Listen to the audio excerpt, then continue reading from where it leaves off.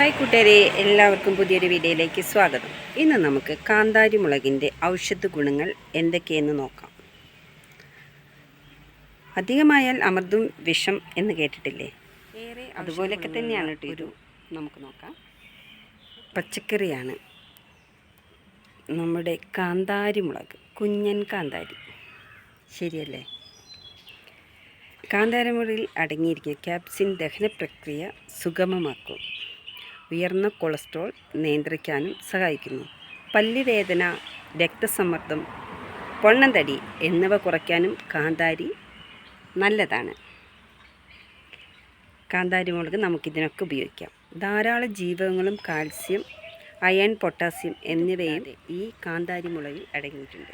വേദന സംഹാരിയായി പ്രവർത്തിക്കാനും അതുപോലെ രോഗപ്രതിരോധ ശേഷി, ഫംഗസും എന്നിവയെ പ്രതിരോധിക്കാനുള്ള കഴിവ് കാന്താരി മുളകിനുണ്ട്. രക്തത്തിലെ ഷുഗറിൻ്റെ അളവ് നിലനിർത്താൻ ഇതിൻ്റെ അമിത ഉപയോഗം കൊണ്ട് നമുക്ക് ശരീരത്തിൽ പുകച്ചിൽ, അതുപോലെ വയറ്റിൽ പുകച്ചിൽ എല്ലാം ഉണ്ടാവും. അമിതമായിട്ട് നമ്മൾ ഉപയോഗിക്കരുത്. നമ്മൾ ഡെയിലി ഓരോന്ന് കഴിക്കുന്നത് നല്ലതാണ് നമ്മുടെ ശരീരത്തിലേക്ക്. അതുപോലെ കിഡ്നിക്കും അൾസറിനും ലിവറിനും പ്രശ്നമുള്ളവർ കാന്താരി മുളകിൻ്റെ ഉപയോഗം മിതപ്പെടുത്തുന്നതായിരിക്കും ഏറ്റവും നല്ലത്. കാന്താരിയുടെ ഉപയോഗം ഭയങ്കര പ്രോബ്ലം ഓവറായിട്ടുണ്ടെങ്കിൽ അത് കുഞ്ഞുങ്ങൾക്ക് ത്വക്ക് രോഗം വരാനുള്ള സാധ്യത കൂടുതലാണ്. അപ്പോൾ അതും കൂടി നിങ്ങൾ ശ്രദ്ധിക്കണം.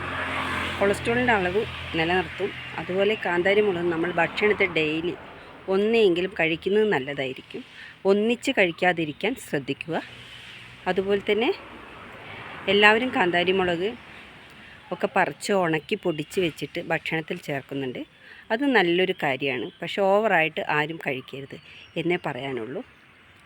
ഏറ്റവും നല്ലത് കാന്താരി മുളകിൽ ഏറ്റവും കുഞ്ഞനായിട്ട് നിൽക്കുന്ന കാന്താരിയാണ് ബെറ്റർ.